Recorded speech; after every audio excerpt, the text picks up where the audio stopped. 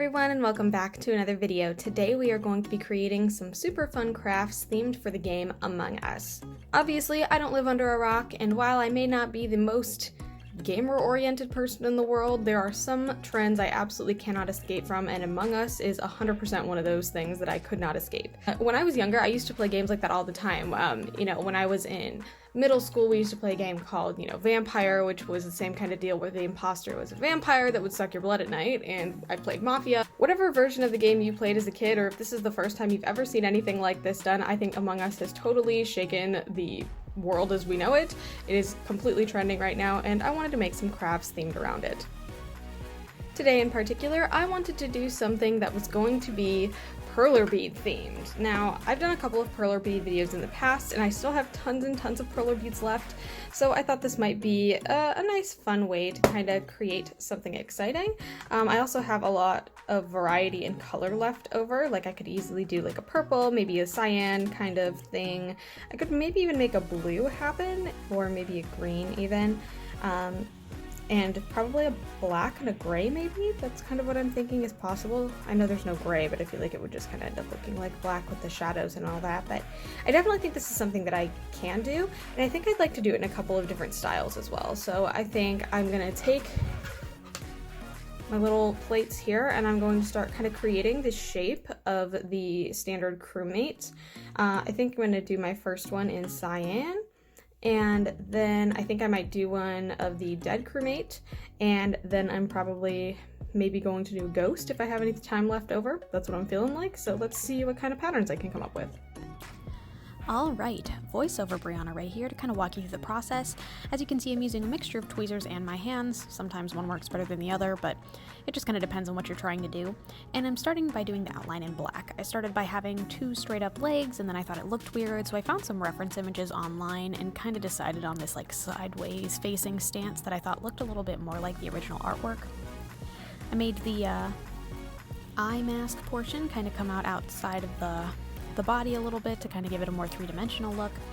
And then in order to create the dead body, I kind of recreated the shape. Once I got the bottom and top all kind of figured out, and I thought I had enough space, I kind of dropped the body to look more indented, and then added that like bone shape that kind of just looks like a heart sticking out. I ended up going with purple for the crewmate on the bottom because I thought I wanted to use the cyan colored ones to create the mask, so I thought the dead body would work better for the cyan colored crewmate. And I really think adding the shadows here is really what makes these Perler beads look a little bit more three-dimensional, so I really wanted to make sure I had some shadows in different shades of purple and blue here, and even using gray a little bit. Now, instead of doing a ghost, I kind of wanted to challenge myself, and I sort of went rogue and decided to create an imposter shape, the one that has his tongue kind of pop out and then stabs you through the eyeball. I don't know why I thought I was just really called to do that, so I tried like making teeth and then it didn't work, and then I just kind of went for it. This one was very fragile when I ended up finishing it, but I did decide to make him blue because I had some blue colors, and overall I think they all kind of turned out alright. Alright, so I have all my designs made, and I think they all turned out pretty good. Yeah, I think it's time to actually just get them pressed and ready to go. And I don't know if I was able to mention this or not, but I do want to clarify that I did take a single bead out of the top corner bit so that I have something to string through if I wanted to turn these into keychains. I haven't decided which one I want to be a keychain yet. I kind of think this one would be the cutest keychain, to be honest. And then I might want to do like a magnet and pin thing with the other two. I don't know, maybe that's what I'll do. So I'll probably just take the missing bead back and put it in these guys. And then I will leave this one open and turn that one into a keychain. So I wanted to show a couple of different things to do with Perler beads. You may also notice a slight difference in lighting. It's winter time, so it got dark a lot sooner than I was hoping. It's literally 5:30 out, and it's, absolutely dark. There's not a darn thing I can see outside right now. But I did also run downstairs and got some wax paper. I used parchment paper. I think I figured out why so many things went so wrong in the past. It's because I was using the waxy side of the wax paper, which was melting to the beads. So I'm going to keep the waxy side up and lay the parchment paper down and then iron. And that is how you will get your beads done. I'm going to do this one first because I think it's a little bit more complex. Then I'll move to this guy, and then finally my little imposter killer over here. I've had my iron heating up. All I need to do is get it nice and melty, make sure everything sticks, and then we'll be able to do our finishing elements. Right, the iron is out, and I won't lie, this took quite a long time because I feel like I always kind of rush the ironing and then it ends up getting kind of curved, so I really wanted to make sure these were flat. And I'm also kind of a big fan of the flatter perler bead look. Instead of leaving the holes in the middle, I do like to have them filled. And then I had some beads falling off and all that and whatnot. I really did just want to use my perler beads up. I feel like I don't always have a lot of designs to do with perler beads or, video ideas with them, so I did want to get this one out there. But I will say, if you happen to subscribe to my channel, I definitely have some other Among Us themed crafts that are a little bit different than perler bead only coming up, so I would definitely keep an eye out for that. No pressure though.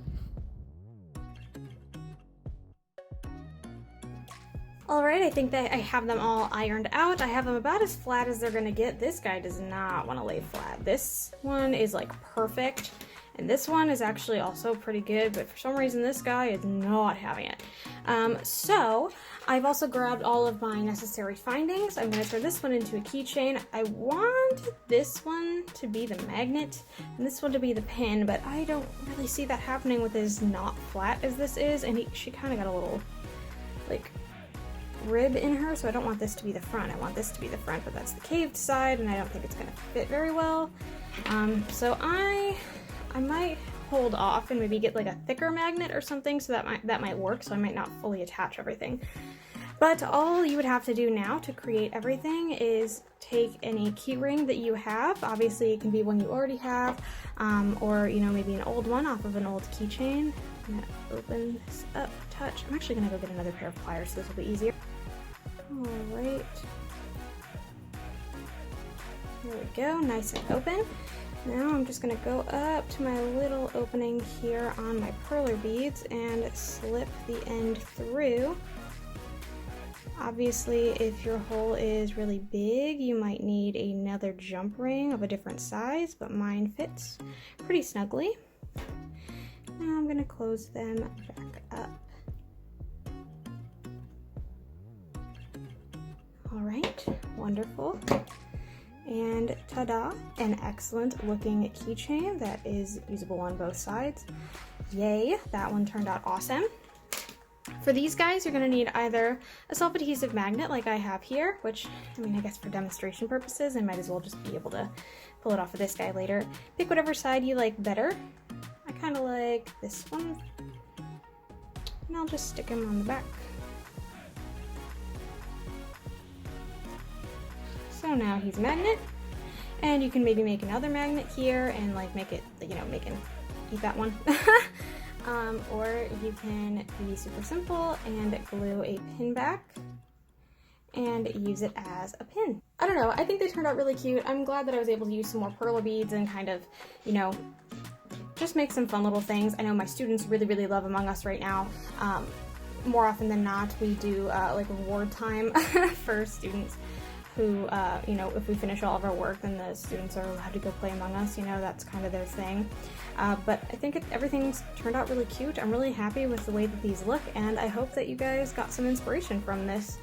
So that is all I have for you today. I wanted to thank you so much for watching. If you like what you saw, feel free to like and subscribe. I put out new videos every Sunday at noon Eastern Standard Time, and I'd love for you to be here for the next one. Thanks again so much, and I hope to see you then. Bye!